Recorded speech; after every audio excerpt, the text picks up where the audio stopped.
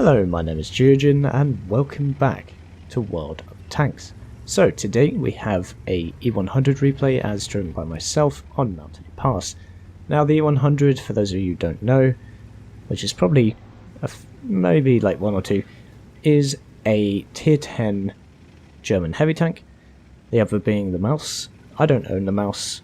There are a few players who like the mouse, but generally is inferior compared to the E100. But the E100 is, well, it's not loved by a huge number of people, but those people who do like it, they have come to terms with the things which are quite poor about the vehicle. Now, it's huge, it has a slow top speed, slow acceleration time, its gun isn't very good in terms of its penetration with standard AP, and additionally the dispersion and accuracy is about 0.38 or 0.4 at stock, I think, if you don't have any equipment or a poor crew. Now, my crew is a 2-skill crew, so that isn't really a problem. 6 sense, repairs, and other skills. I've forgotten the ones, but basically standard heavy tank crew skills. But if you ignore the, or rather get round the low penetration of 235 on the standard AP, you will get along with this vehicle just fine. Now, it is an Arty magnet, obviously, and unfortunately for us, there are free artillery on the enemy team. Thankfully, we have some competent artillery on our team. I'm looking at the batch at 15555. Keep an eye on what he does in the game. He is covering me like a boss, is all I can say. Now, been spotted, and I want to get into Arty cover, as, you know, Arty magnet, most German heavies are. And we're going to have to use our armour.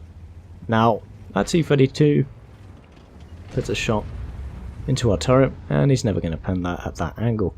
We can pen his lower plate, however, 700 damage. That's what this gun is liked for. It has 750 average damage, much higher than any of the other tier 10 heavy tanks. Unfortunately, you do have poor penetration, like I said, but you could hit the 2 key and get 334 pen. We don't need it, however, and that's a nice high roll of 823, so we just 2-shot a tier 8 heavy tank. Luckily for us, he wasn't hulled down, as we would have no chance of penetrating him.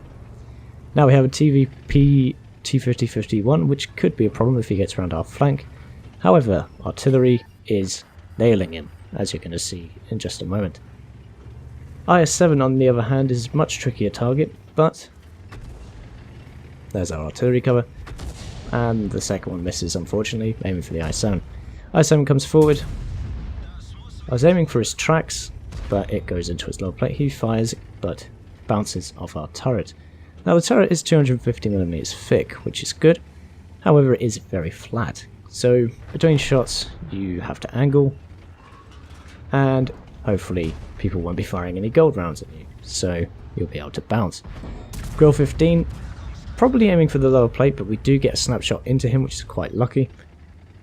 IS-7 makes his move, bounces off our side. Now we weren't angled brilliantly, but we did angle just a tad, and we do have some nice spaced armour. 60 on the side and the tracks as well, and this IS-7...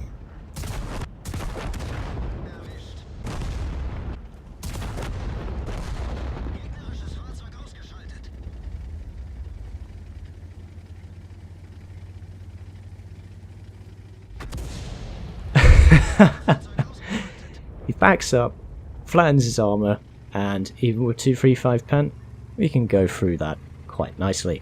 If he was angling much more flat, it wouldn't have gone in without a heat round probably.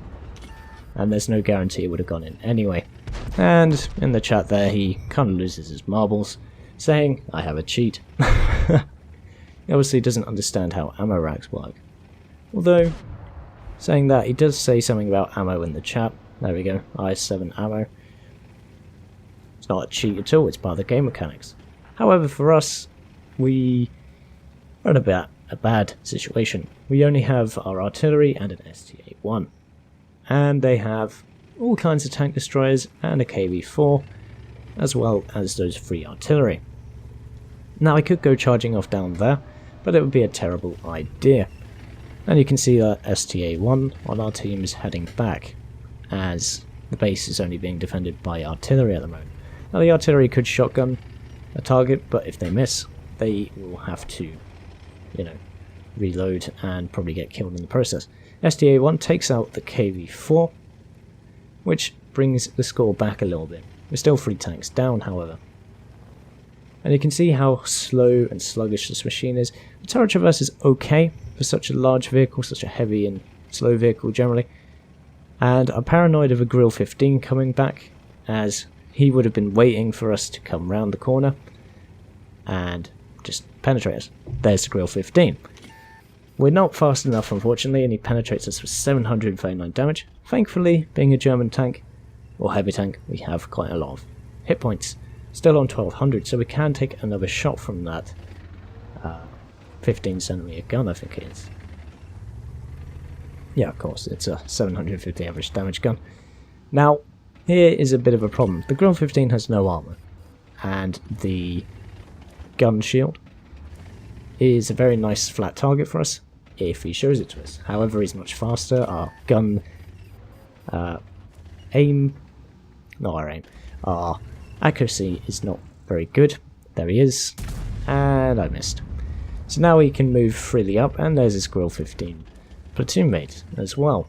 And an artillery piece. We bounce the other Grill, thankfully. And what a rock star. Batchat 15555 Toxitos taking out the Grill 15 who took a shot at us. Enemy artillery, obviously interested in me. Very lucky that there was a corpse of an E75 right next to us, as he absorbed all of the HE, with the exception of 209. There's Grill 15 again. I'm paranoid of the M40-43, as he could shotgun us. Not necessarily from the front and take off all our HP, but probably around 600, maybe more. He may even one-shot kill us, so we are paranoid about him. Backing up now into enemy artillery, going forward and back, trying to keep moving. We aren't spotted just yet. That M40 could come around that corner. There he is. Take him down. We do not want that guy in our face shotgunning us. That gives the Grill 15 time to move up. We try and angle our armor as best as possible. Fortunately for us, he manages to penetrate through our tracks.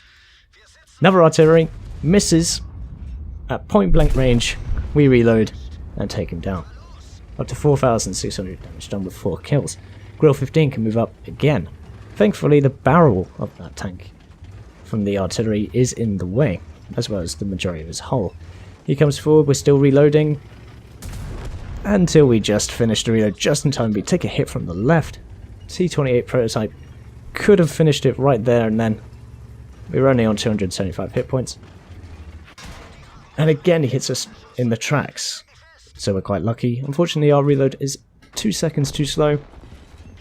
Toxitos takes him down, giving us all the artillery cover that we need. Right now the T-92 could have hit us, but we're quite lucky. GWE-100 Sally 77 takes out an attacking ISU-152. And that was quite hectic at the end of the game there. 5,000 damage done, 7 hits. Obviously a lot of that was done in that ammo rack of the I-7, very nice indeed.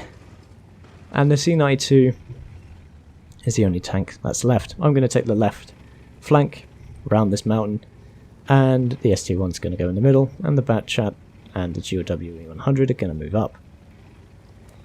It could be anyway, it could be in the base, it could be down in the valley. He's down in the valley, and he takes out GWE-100. So, we know where he is. He's on reload. It's a T-92. It has a 240mm gun, and therefore it is a huge long reload. So, the STA-1 TW takes him down.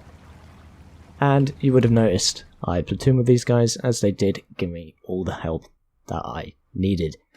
So, quite a interesting battle for the E100. I don't usually have brilliant success. Normally I would have been artillery focused and killed. I mean, I was being focused by artillery, but I normally wouldn't have survived that situation. So, let's just take a look at the post-game stats. So very quickly, as post-game stats can be long and tedious.